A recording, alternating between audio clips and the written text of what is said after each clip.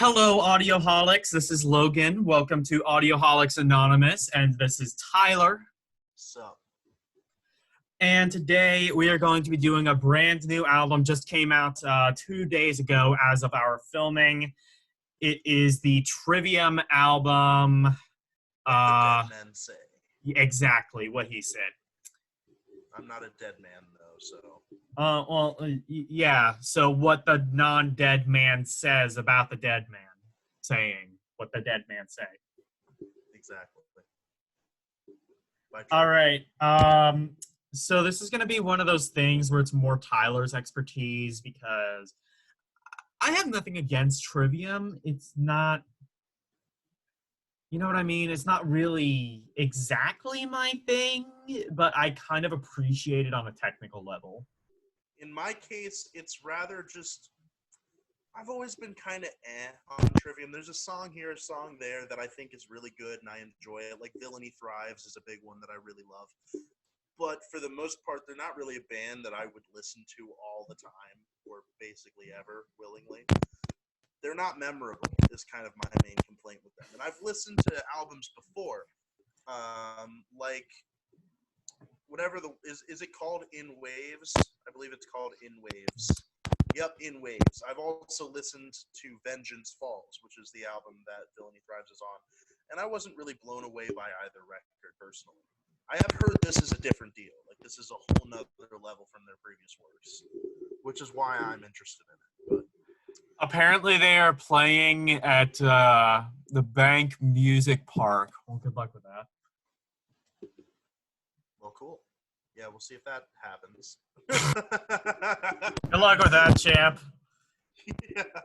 Well, you know, like, they may be canceling all these festivals with 10,000 plus people, but if we're talking a venue that's going to have less than 1,000 people, that might not be an issue. Well, I mean, like, the guidelines are still, like, gatherings of more than 6 you probably shouldn't do. That's in PA, not every state. I guess you're right. That's true, because, like, that's true, because, like, some places, like, yeah, that's true. They're reopening some of the beaches in, Florida, I think, and, no, like, Georgia, they're reopening some stuff. Texas, they're reopening some stuff. Actually, I think they already have started reopening in Georgia. I think they started, no, I'm sorry. They will start, I think, tomorrow or Tuesday, I think. Now, I'm going to be completely transparent with people watching this. This is not me going in completely blind with this album. I have heard a few of the singles, What the Dead Men Say, Catastrophist. I've also heard Scattering the Ashes on the radio before we did this. And, you know, I wasn't hugely blown away by it. It's pretty similar to what they've released previously. So I predict I'll still be pretty meh on this band, but I'm still go into it with an open mind. I feel like that's probably going to be my impression as well, just because, like, that's sort of been my impression thus far of Trivium. Yeah, I mean, they're a really good metal band. They're nothing entirely unique, but they're not bad. You know, it's kind of like Tool for me. It's like, yeah, they're really good, just not my thing. Yeah, I mean, not really put Tool and Trivium on the same level. Well, I mean, I think a lot of other people aren't they? I don't know. I know Matt Heafy is very quickly becoming, like, one of the best guitarists on the market. Yeah. On the market? Are we buying and selling guitarists? Are we buying and selling people? I thought that was outlawed. You do know how that's right. What? We're buying the music. Oh, we're buying the music. Oh, so yeah, you said the guitarist is on the market, okay? He is. Okay. As compared to other guitarists in other bands. Okay, no, but the guitarist isn't on the market. His music is on the market. Oh my God, what is the difference? The difference is one condones slavery and the other doesn't. God, Tyler, get woke. You don't say one of the best tattoo art in the market. You say the best tattoo artist on the market. Okay, but that's because, like, You're It's the paying same for a thing. service in that point. Well, what do you think you're doing when you listen to an album? You're paying for a service. You're paying. Well, yeah, but like you're paying Spotify, so it is the best Yeah, well, like it's guitarist less. on Spotify. It's less apt a comparison on Spotify because we're not really paying the artist and we're not really. But I mean, you could still say I could choose to listen to 100 other bands with better guitarists or worse guitarists, so it still counts. Now, objectively speaking, if we are saying that the okay. Jesus Christ. Jesus. Seriously though, slavery is okay, right? Like Slavery, no, as long as it's white people. White people, slavery is okay. Right. Yeah, White people, slavery. In fact, it's a different word. It's called servitude. It's called the lower middle class. Anyway, yeah, so whoa, we're getting political up in there. We're getting political. Yeah. This album came out Friday, and I've heard nothing but good things about it.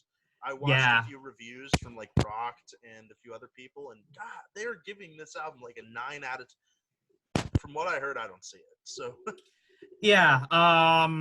yeah, so as of us recording, we are recording on Sunday. This will probably be uploaded on the next Wednesday or this Wednesday. I think we're gonna try and cover more new releases on this podcast. I'm planning on doing that as well. That's like we're still gonna cover some old stuff as well. We actually have some things coming up. One older album that he likes. We've already actually recorded it, and it'll be uploaded at some point in the future. I have an album. Actually, I will tease this one because it'll be coming up in the next few weeks. It is the worst selling album on Atco Records. So, yeah. So, if you're excited about hearing the worst selling album on Atco Records, they're most known for artists like Cream, Eric Clapton, Sonny and Cher, Pete Townsend was on it, I think. Really? Yeah. Well, not The Who. The Who was on another label, but you're Townsend. Talking about the solo project, right? Yeah, Pete Townsend's solo project was on Atco Records back in the early 80s. Why are all singer solo projects just like shit? 99% of them. Oh, yeah. Ozzy Osbourne, total shit. I mean, to be fair, Dio, most of it is pop rock. Dio, let's see here. But for every successful example, you can come up with 15 that just flopped. Like really big bands where their singer went and did a solo project and flopped. I mean, like, it's kind of, to some degree, it's sort of like, I think when, like, some of these artists go out and do solo careers, they're not used to people not checking their bullshit. So, like, they just come out with all the crazy, stupid ideas that they couldn't come up with in their other bands. Like, and yet somehow Serge Tankian's solo career is more pop rock than his actual band. I mean, that's, I guess that's the direction he, well, I mean, mostly it's kind of classical. Like, he does a lot of classical stuff in his solo career. I mean, I don't remember him covering Beethoven. Not covering, he does his own classical shit. God. There's more to like classical music than just Beethoven, Tyler. He's like a violin player. He's doing like solo concertos or something. Just have like a little choir in the background. Pushing little children with the fully automatics. Oh my God, you know what I learned today in musical history class? So you know that fucking opera song that you hear in every fucking food commercial? Yeah, that's Verdi, I think. Yeah, did you know that came from a play about like a whoremongering dude? I did not know that. Yeah, that song is literally the Duke trying to like seduce a chick. Ah. Not You know very what? appetizing. If you think about it though, like it kind of works if you think about it. You listen to that song, it totally sounds like you're trying to seduce a girl, you know. I am a piece of shit. I want my dick sucked by a wench. All right, let's listen to this album. You want to get onto that? All right. So we're All starting right, with IX. IX, or I assume 9. Is that what it is? 9? IX, that's 9, Roman numeral. 9! It is 8. 9. All right, and for those of you watching, we will have a link to this album in the description, available on YouTube. You can listen along. I would suggest turning off ad blocker because, not that I don't, first of all, I don't support piracy. I don't think that people should be getting paid for re-uploading something and, not giving the actual artists any kind of cut. And second of all, if you're listening to it on auto, it'll flow better anyway with ad block on. I would, if you want to turn off ad block immediately afterwards, go ahead and do that. But for right now, turn ad block on. All right. So are you ready, Tyler? I'm ready whenever you are, brah. All right. 5, 4, 3, 2, go. So immediately I want to say that I'm expecting this to be very, very good instrumentally. Because it always is with Trivium. Matt Heafy, like I said, is a great guitarist. One of the best in the metal community right now. So far, this opening is pretty good. Yeah. Sounds very Renaissanceian, if that's a word. It's a nice little acoustic thing. At least Yeah. I think that's an acoustic. It might be a clean electric. Yeah, I don't really know. It's got a really nice mix so far, though. I can hear,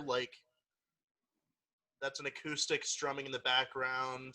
I can hear whatever the other instruments are really, really clearly. It's pretty nice. Yeah, what he said. See, this was my problem with the Muddle of Mud record. This is the complete opposite of that. This has great dynamic range. Just if you are interested in any of our back catalogs so far, we have already posted a video of we have already posted 2 other podcasts. One was on Welcome to the Black Parade by My Chemical Romance. Another was on I can't even remember the name of the album. It was so bad, by Puddle of Mud. Welcome to Galvania. Welcome to Galvania by Puddle of Mud. So if you are interested if you're interested in listening to a really good album as well as a really bad album, the last 2 episodes will have you covered. This is some pretty, like I said, I was expecting there to be some pretty good guitar stuff in here. I'm not disappointed so far. This is really good. Good drumming as well. Really good mix. Oh, yeah. Well, that's nice.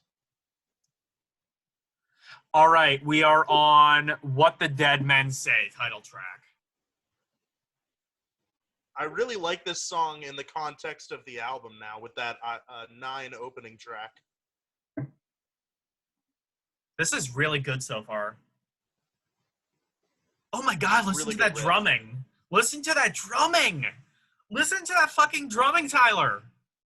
That is some top quality drumming.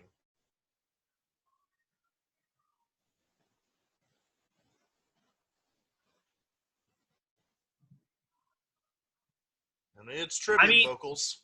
Yeah, it's Trivium vocals. I mean, it's impressive for what it is. I just don't really like the style. Yeah, I mean, Matt Heafy's a pretty good vocalist. Oh, we getting some screaming in there.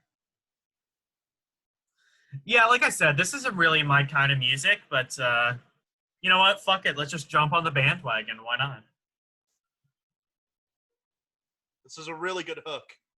Yeah.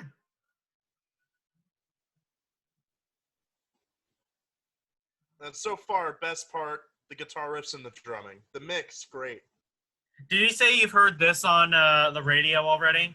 This was one of the singles, I believe. Okay. I only don't know listened to it once, so I don't remember much about it, but yeah. I don't know what the singles are on this album. I think it was this song and Catastrophist. Maybe another one. I don't remember. So immediately, like, after the third track, we will be in unfamiliar territory for the both of us instead of unfamiliar territory for half of us.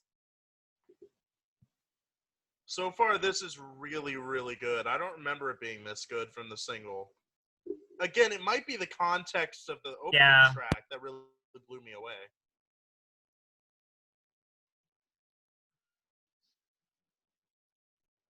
Menze. That's a really good hook, man. Yeah. Like, that'll be stuck in my head tomorrow. Yeah. I could see that. It's a good... So far, if the album keeps this momentum, objectively, for me, it will get high marks. Not saying I would ever enjoy it personally, but objectively, I think it so far this song at least gets high marks. Damn, this is heavy.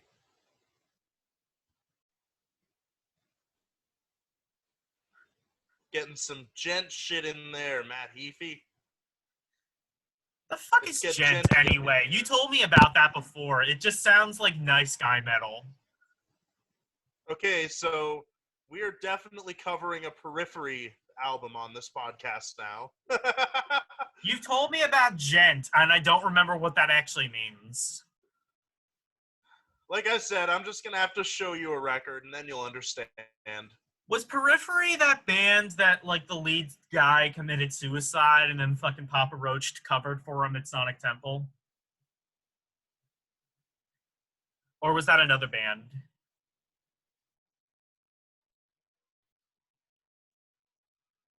No, that was not. Okay. Yeah, that was, I totally forget their name, but it was not Periphery. Fortunately, Periphery is entirely death-free so far. At least I'm pretty sure. I actually don't know a whole lot about Periphery's past, but... Alexa, stop. Holy shit, this is a good song. I'm sorry, what were you saying? Oh, I said I don't believe any members of Periphery have died so far.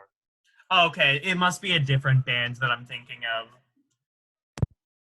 Yeah, but like you remember what I'm talking. You know what I'm talking about, Tyler. Yeah, I do. By the way, fuck Papa Roach. I hate Papa Roach. Like, you know what's funny? Papa Roach was doing their set, and they were like they clearly didn't care about the guy killing himself. They were just doing this shit for the money. Because, like, that's what they do. They fucking play to, like, emo teenagers. And, like, I'm not, like, dissing emo people, whatever. I'm not dissing, like, you know, especially, like, people who are legitimately going through things. You know, everybody goes through hard times in their life, especially... Catastrophist. Oh, I'm sorry, yeah, we are on Catastrophist now. But what I was saying is, like, everybody goes through hard times, especially now. Especially, not only now, but just in the past few years. Everybody's been going through hard times. So I can understand that. But, like, when you're just using that energy to make money, that's when you're a bad person. And it was so evident when Papa Roach came on, and then I think it was like an hour later, was when Disturbed came on. They came on, like, immediately after. And David Dremen, I think the guy's name was so sincere with, like, he stopped the show, he like, went silent, and he was like, you hear that? This is like, well, I don't remember exactly what he said, but he said something, like, really meaningful. Apparently not meaningful for what I'm apparently not meaningful enough to remember, but that's just my terrible memory. Meaningful but not memorable difference. No, but like, let me not undertake like how the contrast between somebody who's only in it for the money, like Papa Roach, and somebody who's in it, for the money. I mean, like every performer is in it for the money, but genuinely cares about their art. I will jump in and say that I guess I don't know Jacoby Shaddix myself, who is the lead singer of Papa Roach, but from people who do know him, apparently he's a really genuine, sincere, nice guy in real life. And he actually I'm a nice guy, was very, very sincere when he had that cover on stage. It was a Firestarter, I think. But well, I guess we need to figure out who did Firestarter so we can find out what this band is. Yeah. This is a good song too, by the way. My point is that he may have came off. It was the Prodigy. He may have come off a little bit, not Periphery, a little bit money grubbing. But like I said, people who know the guy have said he's genuine, he's nice, he's kind, he's empathetic. I mean, yeah, obviously. I mean, yeah, obviously, I've never met the guy. I'm sure he is nice. If there's like that kind of if he has that kind of reputation, then I'm willing to believe it. But I will agree, he did come off really. It didn't sound sincere. Yeah. Especially not after Disturbed went on stage immediately after him and had that entire moment in their set. Exactly. Yeah, Disturbed, I think, might have actually been, thinking back, they might have been like one of the best acts at Sonic Temple last year. Sonic Temple 2020, unfortunately, was canceled because of COVID-19. Oh no, we might get Oh no, we might get demonetized for talking about COVID-19. Oh, I hope not. Oh no, we would lose all of the $0 we're making. Yeah, all of the $0.00. Yeah, we aren't even fucking monetized. No, but it's funny you say that because I actually didn't enjoy Disturbed at Sonic Temple. I thought they had way too many ballads in their set. Okay, but like the overall performance, you know what I mean? Like, it was just the most moving, I think. System of a Down was also really moving. They didn't put on maybe their best performance, and there was also that wasn't their fault. That also wasn't their fault because it was raining as well, and they're just kind of getting a little bit older. Oh yeah, Ghost. They performed last year too. That was the only Ghost show I've ever been to, and well, everybody says Ghost puts on a great show. They aren't lying. No, seriously, if you ever get the chance to go to a Ghost show, just their headlining show, fucking do it. Yeah. I don't care how much you dislike Ghost. God damn, was that one of the best concerts I've ever been to. I didn't really like Ghost, and I know other people who don't like Ghost as well. Either don't like Ghost or just think they're kind of overrated, think they're gimmicky. Those are all valid concerns, mind you. But before you make a final judgment on Ghost, pay the money. Well, first of all, wait for this shit to fall over, and then, go out, listen to a Ghost concert, or if you don't have the money, just watch it on YouTube. I mean, it's not the same experience as being there, but if you have no choice. Yeah, if you have no choice, especially because they have, like, incense and shit like that, too. Yeah, it's a whole different experience when you go to the actual show. Yeah, even, like, the rinky-dink show, because we were, again, at Sonic Temple, they didn't have time to play a full set. A full set's, I think, like 3 hours or something like that, you said. And it's, like, this entire... Well, I mean, obviously, they're really fucking gimmicky, but, like, you know what I mean? It's almost like... but they've gotten less and more gimmicky as time has gone on, which is kind of weird. Like, the way I see it is, like, you can only tell if a gimmick doesn't work if you've seen firsthand that it doesn't work. If you've gone to see Ghost and you still think it's a bad show, and you still don't like Ghost, and you still don't like Ghost's gimmick, then fine. You know, at least you gave it a chance. But you know, I didn't really like Ghost. I'm still not the biggest fan of Ghost. But we are now on Amongst the Shadows and the Stones.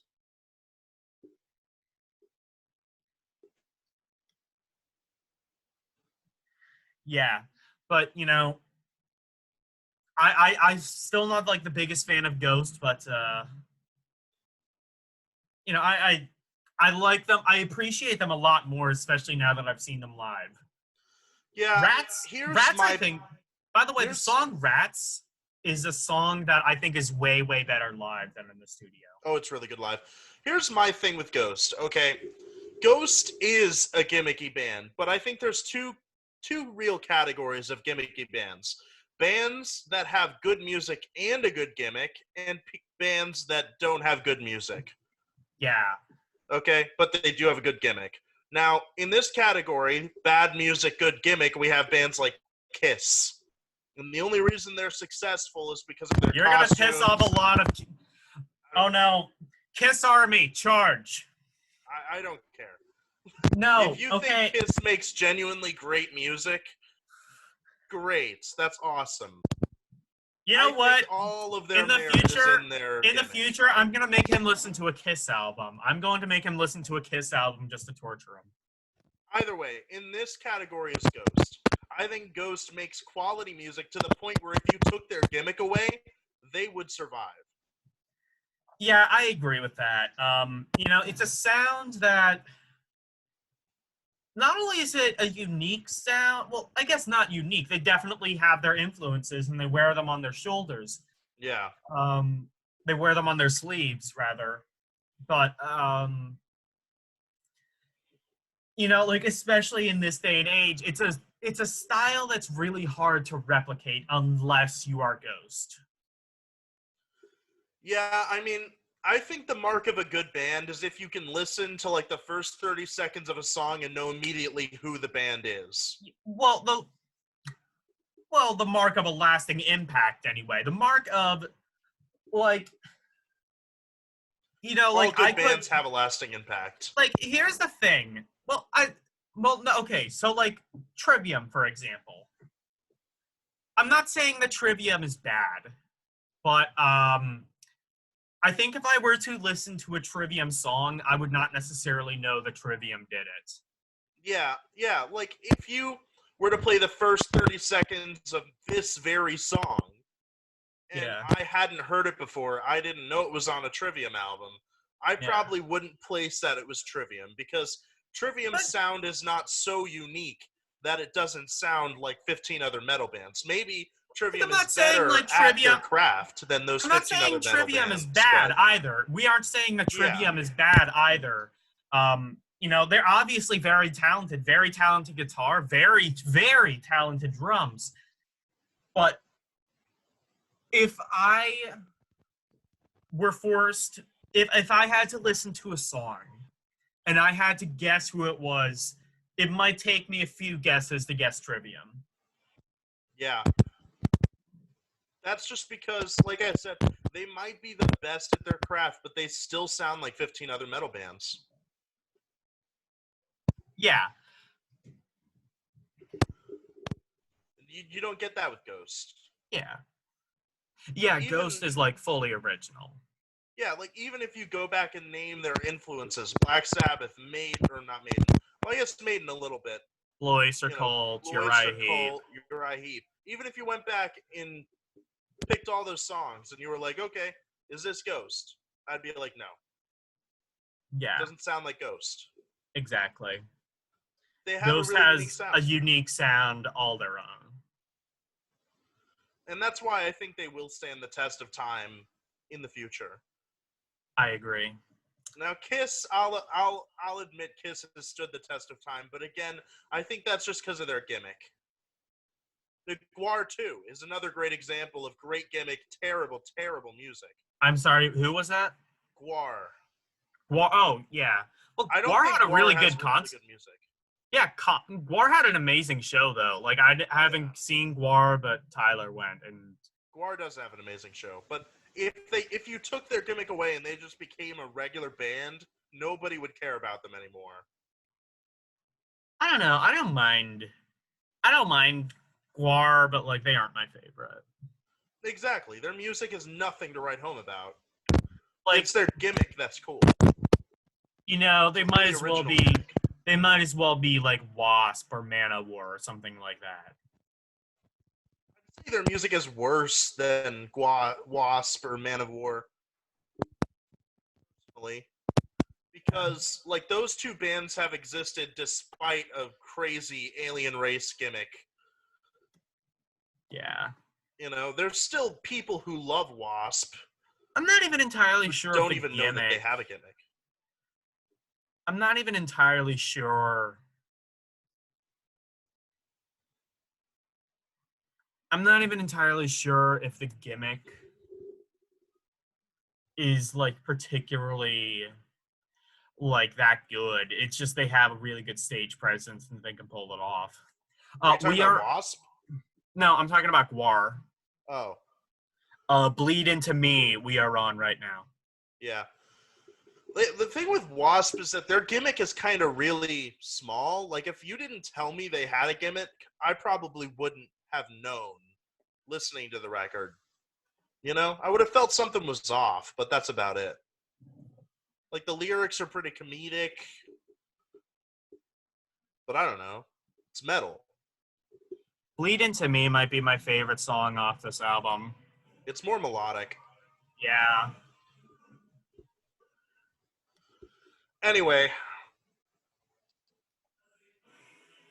let's talk about this album for a little bit since we're listening to this album. Yeah, all right, wait. So What the Dead Man Say is probably the best song so far. Catastrophist, right? That's how you say it? Yeah, really, it's pretty really average. Good song. It's okay. Not better than What the Dead Man Say. Good hook, I guess. If I were judging the album based on that song alone, 7 out of 10. If it were based on What the Dead Men Say, 8 out of 10. But Amongst the Shadows and the Stones is just kind of more generic in my eyes, so that brings it down a bit. And I think this Bleeding song Me is really blowing me away. Yeah, I think this is my favorite song. You know how we were talking about memorability earlier? Yeah. I think maybe if I had heard this song like on the radio, I am more likely to associate this with a specific band than What the Dead Men Say. Yeah, this is a really good kind of like power ballad. This is a power ballad? That's what I'd call it. I guess if you're Trivium, this is a power ballad. Yeah, Logan kind of thinks of power ballads like Bryan Adams type shit. Look, that's not what I would call a power ballad. That's the era I'm used to. You know, I'm used to like Cinderella, Poison, Twisted Sister, and that would be what a power ballad would be considered. For me, like in the modern day, a power ballad would be something with like heavier guitars, but it's maybe even some screaming, but it's more heavily melodic than most songs. Like this one. That's true. I mean, I guess the term ballad is subjective as to the band as to the band, you know what I mean? Yeah, definitely. Like if I'm saying like if Poison had written this song, it would be like one of their heaviest songs ever. If Poison had written this song, I would just throw my laptop down and quit music forever. Yeah, me too. Imagine Poison comes out with like a death metal album next year. Well, I mean, we're kind of getting that. Like, isn't Scorpions like coming out with an album with like the producers from Slipknot? I didn't know that. I think you said something like that. Damn, this is a good riff. Or I guess not the producers, but like some of the muscle behind like some of Slipknot's better work. We are on The Defiant. The Defiant. You know what this immediately reminds me of? I just thought of this. It kind of reminds me of Bullet for My Valentine. Weirdly enough. I'm not familiar enough with that band to really comment. Maybe a little bit of Avenged Sevenfold. You know, it's weird listening to Trivium because this is a very new band. You know, this is a young band. Yeah, I think they only have, like... I'm going to have to look. How many albums do they have? I think their first album was within the last decade, right? Yeah, I'm going on Spotify now and looking. Yeah, their first album was in... oh, they're older than I thought. Wow, yeah, you're right. Yeah, hold on. I gotta get to... Their first album, it looks like 2003. It is Ember to Inferno. Wow. I thought they were a much younger band than that. You were wrong. Apparently. Just like always. You're always wrong. I mean, even by that standard, they're only 17 years old. That's pretty young. I mean, that's still too young. They still should not be drinking. I mean, compare that to a band like Slipknot. Their first album came out in what, like 99 or 98, something like that. Yeah. Slipknot's over 20 years old. That's my point. Yeah. So they're actually younger than a band like Slipknot. This is a good song, too. Yeah, I mean, this is probably the best guitar riffs on the album so far. I might have to agree. That or title track.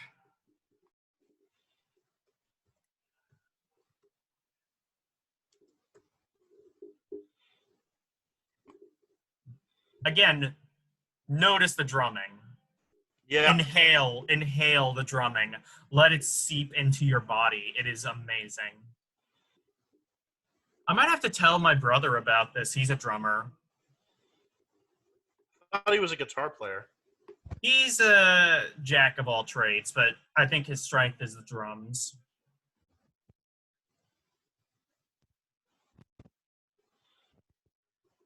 Yeah. Maybe we should have him drum on one of our songs. Yeah.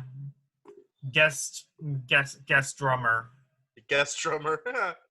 Because we don't have a real drummer. Yeah. It sucks because the area we're in, there's just no one who plays around. Mm-hmm. That's the problem.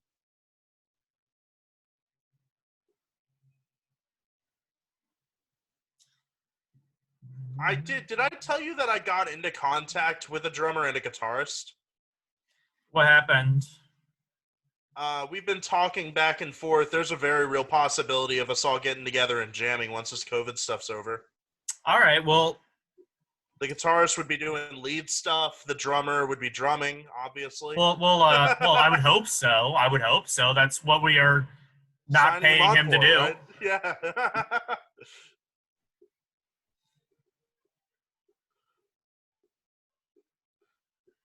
Yeah, this might be actually... What's up? I was just gonna say, like, technically speaking, this might be the best song on the album, but I still like Bleed Into Me more.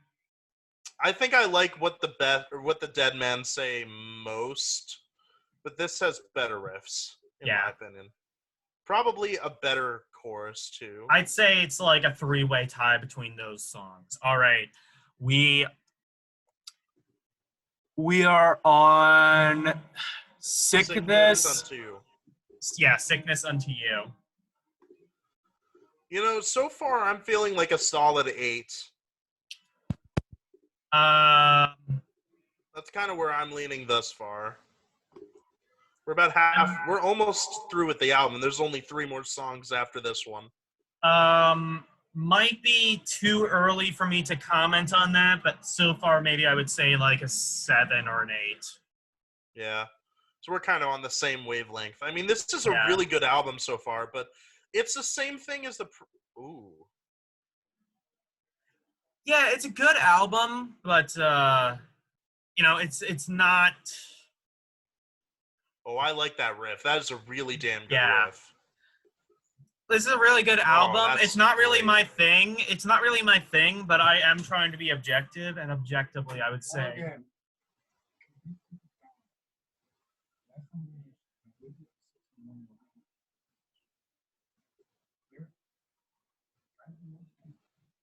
Anyway. Oh, I like this song. Matt Heafy really reminds me of Corey Taylor. Yeah, it does. You know, yeah, I'm kind of with you. Like, I appreciate this for what it is, but it's really not my thing either. Yeah, that's kind of my opinion. Like, for you, this is probably a bar of heaviness. Like, it's just too heavy for you.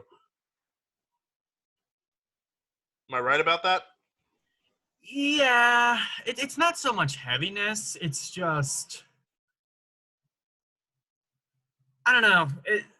I can't really say exactly why it isn't my thing. It's just not my thing. I don't know. Like, I respect it on the merits that it is. It's a good album.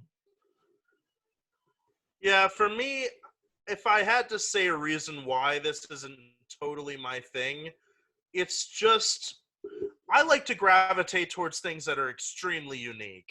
You know, like Sunno, nothing like that on the market. Gojira, you know, Thank You Scientist. Those are the types of bands I'm really into. Pantera. For bands like this, they may be technically amazing, but I could listen to 15 other bands that sound very similar to this. I agree 100%. That's just sort of my opinion of this band overall. Not that they aren't talented. Just pretty good. Just pretty good. Yeah. Like, if we were comparing them to, you know, if we were comparing them to traditional heavy metal, I would say they're not on par with Judas Priest and Iron Maiden, but maybe more on par with the second tier. You know, like, you know, Man of War, Accept. I would not even... I would put them on, like, that sort of category. I guess. Or in the thrash scene. I wouldn't put them on level with Slayer, Metallica, maybe more Testament, Exodus, if that's more your speed. Yeah. I think this is more... I would say this is more like a more refined Slipknot. A more crafty, artsy Slipknot. I don't know. I think Slipknot's way more artsy than Trivium. I mean, maybe you know more Slipknot than I do, but like... Even just based off the newest record, I mean, they had like a synth song. They had... That's true. That's true. They got really experimental. That's true. But you know what I mean? Like, more artistically... More clean. I think that'd be the best way to say it. Maybe that is the best way to describe it. But Trivium sounds sterile, you know? Yeah. Not to say this isn't great. Like, this is some really good riffing. Yeah. Some great drumming. What do you have to say about the bass on this album? I basically don't...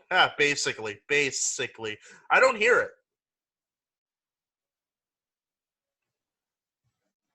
Like, I barely hear the bass in this mix. It's pretty buried in the mix. Like, if I really listen really hard, I can... Like, to me, it just sounds like... Hear it? To me, it just sounds like the bass is doing what it's supposed to do. Back up the guitar. Yeah.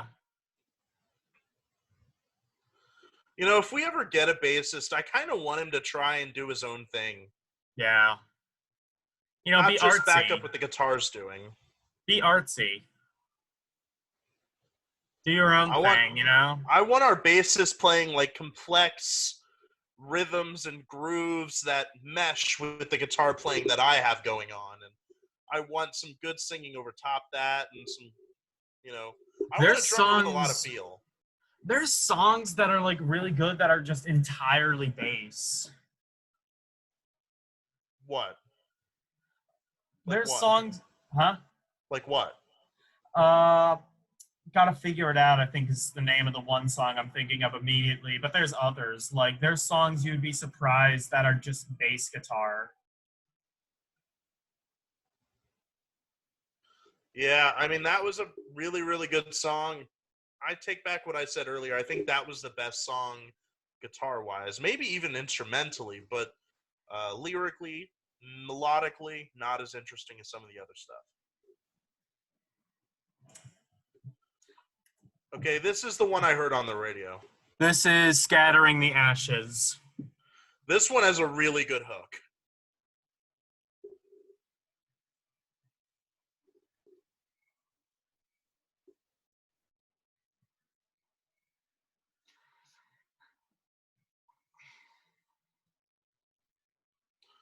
The lyrics on this album aren't really anything to write home about, in my eyes. They're all right. Yeah. They're not crazy amazing, but they're not bad. This is one of the, you know what? Like, this is one of those albums that's like really technically impressive, but I kind of want it to just end. Listen to this hook, though.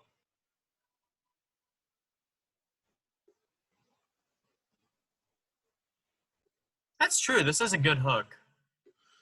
Really good. Like, this is the one I'm probably going to come back to the most, actually, this song. Just for that I hook. could see that. I would say this, Bleed Into Me. I'd say, like, out of the, what, 8 songs we've listened to, there's like half of them that are good.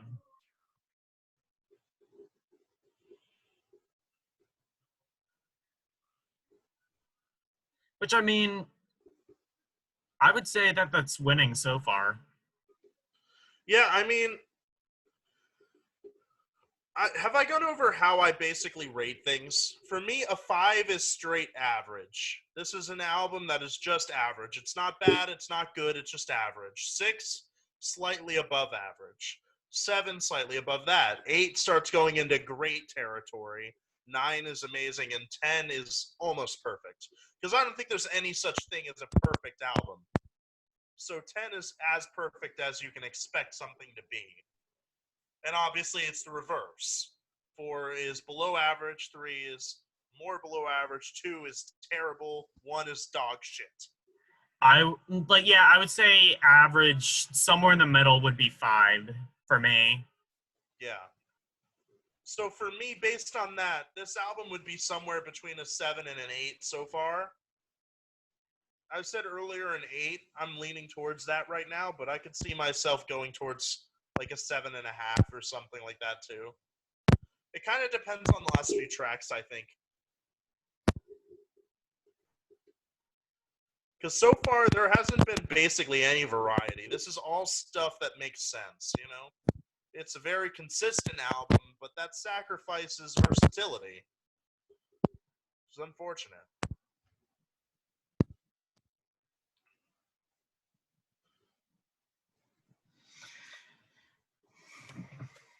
Yeah, this is probably the most poppy song on the album.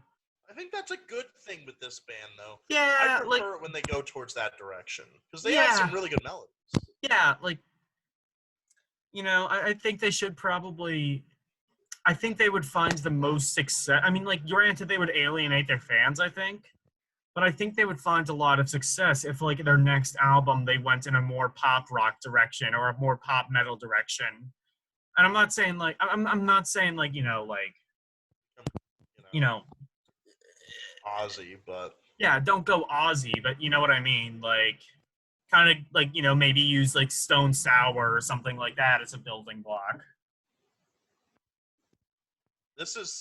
Or even, like, some latter, maybe even, like, some Slipknot. Like, not, like, the last album per se, but, like, maybe the last few Slipknot albums. This is just another song that sounds consistent with what we've heard before. Yeah, we are on Bending the Arc of Fear. Oh, Bending the Arc to Fear. Honestly, unless something really amazing happens on this track or the next one, I'm actually going to bump it down to a 7. I'm going to keep it at a 7. Because, like, earlier I was saying it's an 8 because it's consistently great, but that's kind of to its detriment, I think. It doesn't do anything different throughout the whole album. I would say best case scenario, it's an 8. Worst case scenario, it's a 7. Like, if you go back in time, okay, we have Scattering the Ashes, which is more poppy, but literally every song before it, except maybe Bleed Into Me, sounds exactly like everything else on the album. Like, if you just randomly hit shuffle, I don't think I'd be able to tell the difference between some of these songs. Or even, like, with, like, similar bands. Like, again, maybe I'm not judging this fairly, but I just don't really dig this album too much. But, you know, it has, like, good songs. Again, Bleed Into Me is probably my favorite. I didn't talk about this much, but I do think the guitar tone on this album is really bass heavy, and I think that does help it. Yeah. I really like how bass heavy it is, because I think a trebly tone wouldn't have worked as much. That said, it's starting to feel a bit samey, you know? Yeah, I agree. I don't even know what else to say about this album that we haven't already said. Like, this is just such a dry well. You know what I mean? Yeah.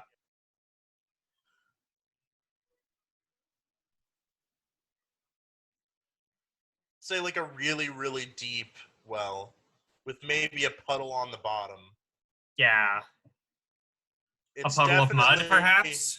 Oh, no, it's definitely an album that isn't bad. It's really good, but it's just not got a lot of moisture. You know what I'm saying? Moist. Moist. I've grown to love that word. That is my contribution to that conversation that you were having.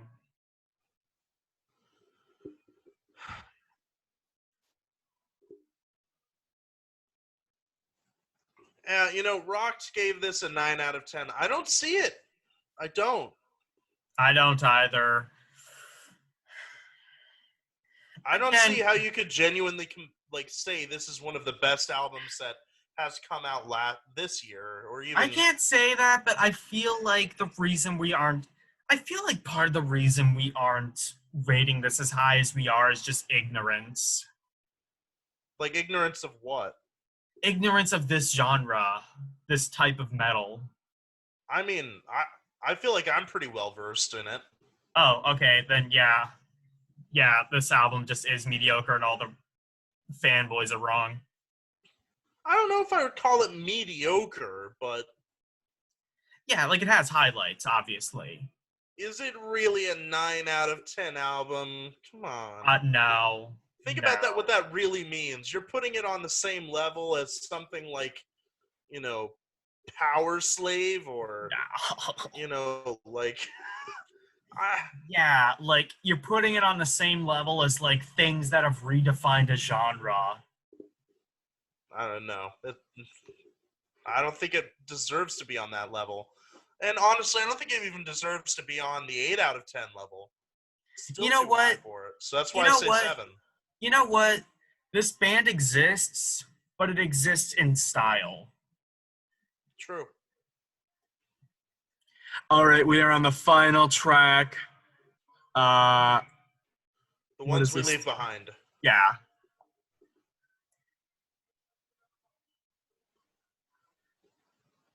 This is also a more melodic song.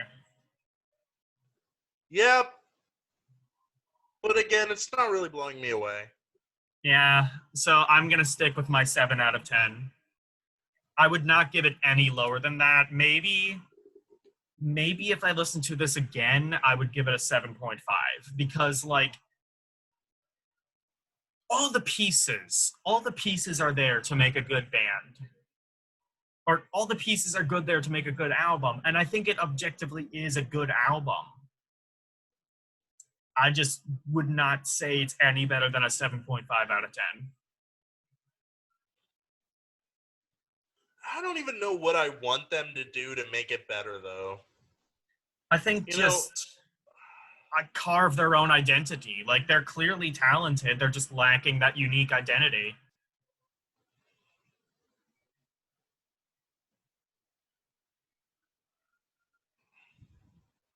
Like, we can't say what their identity should be. It's not our band, but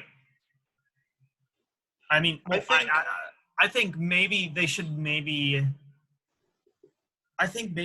start to lean a little bit more towards the melodic side. Yeah, me too.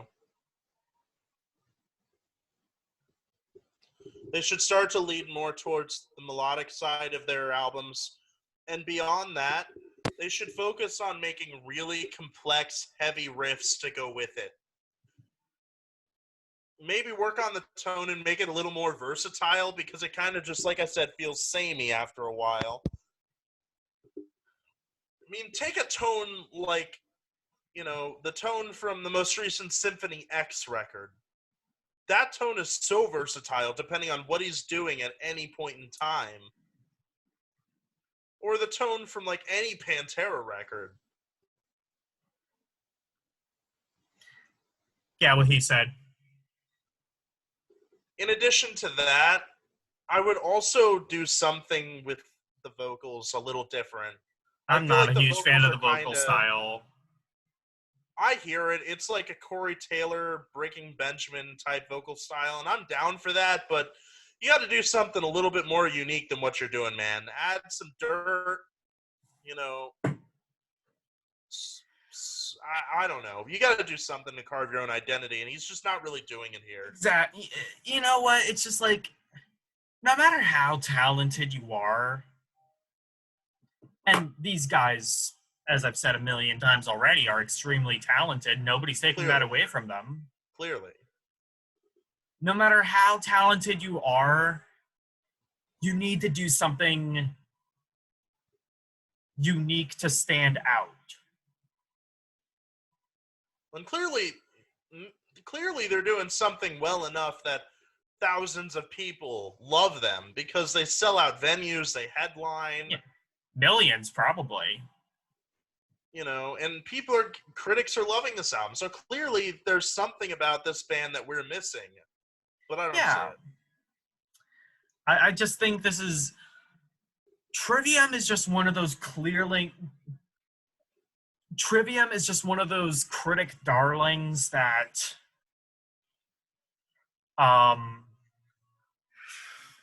we just goes over our heads and just is beyond our level of expertise. Actually, Tyler. What's up? We should make this a tradition on our podcast. Go on Pitchfork and see what they said about it. Of course. Do it. Doing it right now. I wonder if they even reviewed it. Don't they usually review new albums almost as or as soon as? Huh? They're picky. Okay. I mean, Trivium is a pretty big album, so we'll see. Or a pretty big band, rather. All right, we are done with the album. Finishing thoughts, still 7 out of 10. Yeah, I'm sorry, but there's just something about this band that isn't grabbing me. I don't know what it is. I've listened to 3 albums now by this band that everybody says are amazing, and I just do not see it. I will just give it 7.5. I will give it half of a tick just for the talent of the drums and the guitar. Yeah, I will give it half of a tick just because, again, damn, this isn't really my thing. Pitchfork didn't review it. Okay. But the critics say that it's an 83. 83 out of 100? Yeah. Okay, so that would... User score says 74, so I think that's more along the lines of what we're saying. Yeah, so 74, so that equates to about a 7.4 out of 10, which is 1/10 tenth of a tick lower than I would give it. Yeah, I mean, it's definitely not a bad album, but it's not a great, magnificent release that I'm going to look forward to listening years down the line, you know? It's just an all right album. That's why I give it a 7 out of 10. Yeah, I think we can agree on that. All right. Well, did you want to wrap it up, or did you want to Yeah, I'm going to wrap it up. All righty. Well, it's been fun listening to this album. I really want to explore some of, like Periphery, some of the other acts within this sort of wheelhouse of metalcore, and showcase to not only Logan, but to potential viewers who aren't as versatile. Versatile? That's not the word. Versatile. That's not the word. Well-versed. That's right. Oh. Well-versed within this genre. What I'm talking about when I say that Trivium kind of just sounds less unique than some of these other bands do. So I look forward to doing that in the future. Yeah. I mean,